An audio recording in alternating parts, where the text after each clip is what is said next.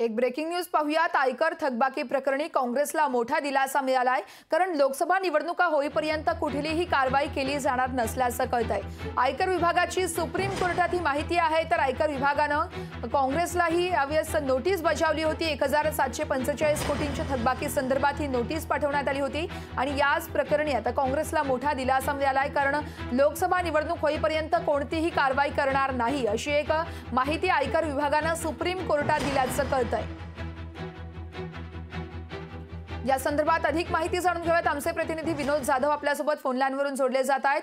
विनोद, आपण पाहतोय लोकसभा निवडणूक होईपर्यंत कोणताही कारवाईचा यावेळेस बडगा उगारला जाणार नसल्याचं आयकर विभागानं सुप्रीम कोर्टात सांगितलं, त्यामुळे आता काँग्रेसला एक मोठा दिलासा मानला जातोय।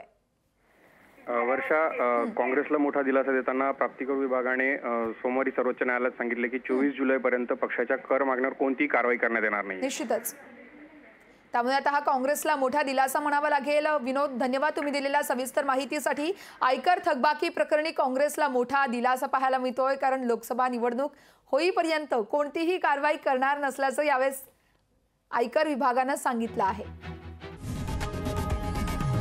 लोकशाही मराठी ऐका, पहा, जागरूक रहा।